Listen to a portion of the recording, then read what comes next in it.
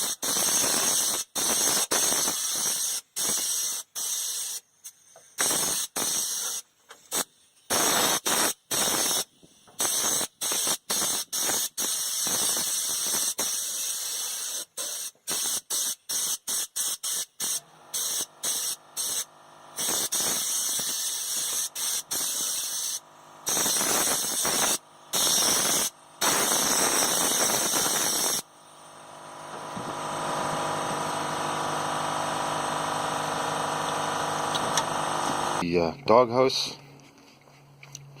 might not show up that great on camera, but I used some rocker guard and I sprayed it all on the inside of the doghouse just to try and give it a nice finish.